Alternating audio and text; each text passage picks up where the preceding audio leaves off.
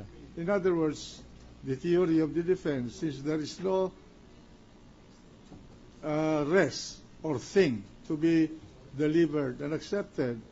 There was no asset to be reported. We have not gone that far, Your Honor. We were merely trying to solve the issue of whether he is already the owner, so much so that he is under obligation to report it in his SLN. All right. Go ahead. I submit, Mr. President. Thank you, Justice Carlos. Thank you also.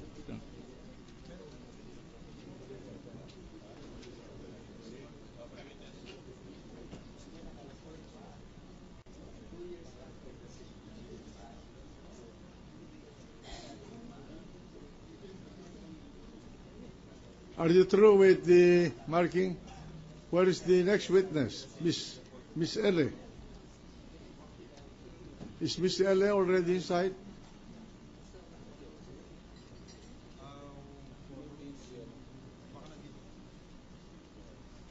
She was with us a little earlier in the room. Is the witness in the building already? Yes, Your Honor.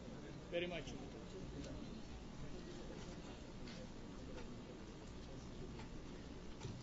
Trial suspended for 1 minute.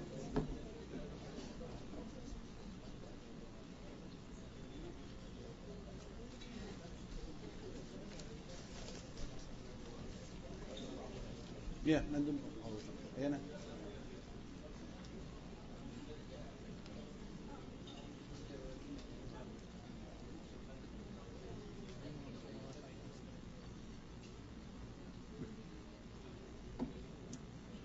Trial resume.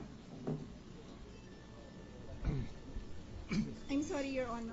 Defense counsel, under the same oath, the witness will testify. With the permission of the Honorable Senate President. Proceed. Ms. Witness, you were asked yesterday to bring certain documents for today's hearing. Did you bring these documents? Yes, sir. Will you produce it, please? Yes, sir, I will.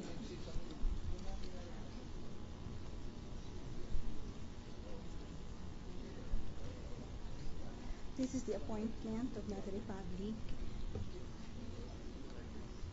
May we request the witness to identify for the record the documents that she is showing to the prosecution? Yes, sir. I was asked to bring with me the appointment of the Notary Public, Maynard P. Panella. I'm handing it over to the prosecution.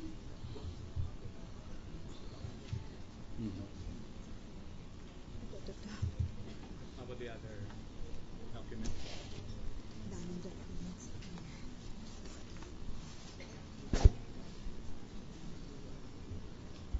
Your Honor, Yes. may we be given 2 or 5 minutes to inspect the documents before we proceed with our cross-examination? How many minutes? 5 minutes, Your Honor. All right. Trial suspended for 5 minutes.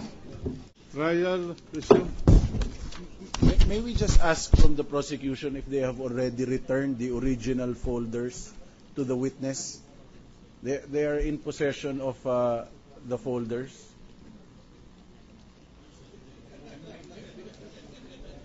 May we put it on record that all the folders are returned to the witness? Are you now ready to cross-examine? Attorney Ele, are your files already complete?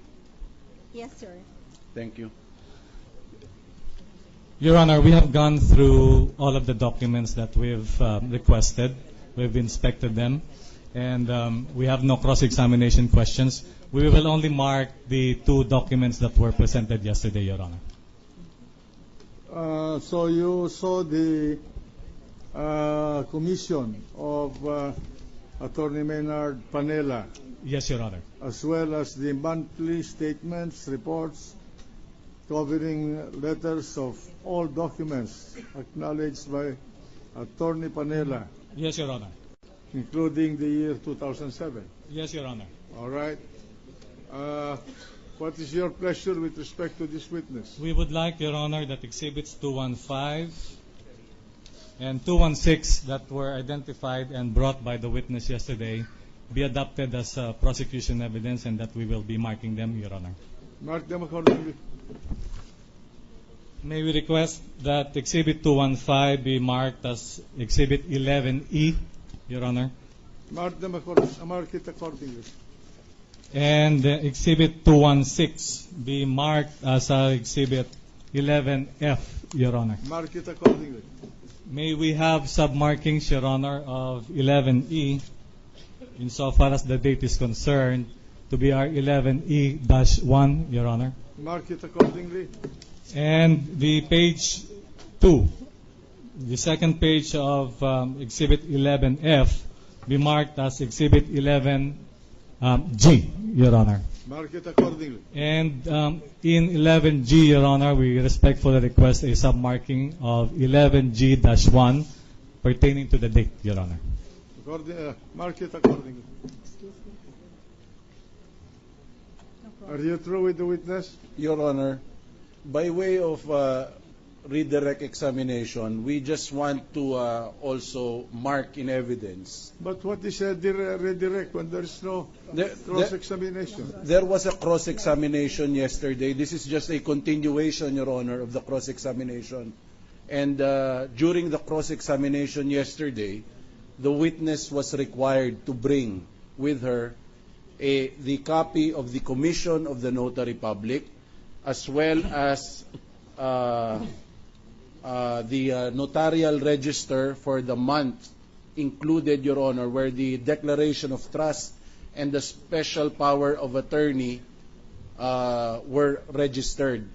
And by way of redirect, Your Honor, we would just want to mark in evidence the documents Just that... mark them. You have no redirect question. Yes, Your Honor. You're just adopting those documents as your exhibit. So go ahead, mark them.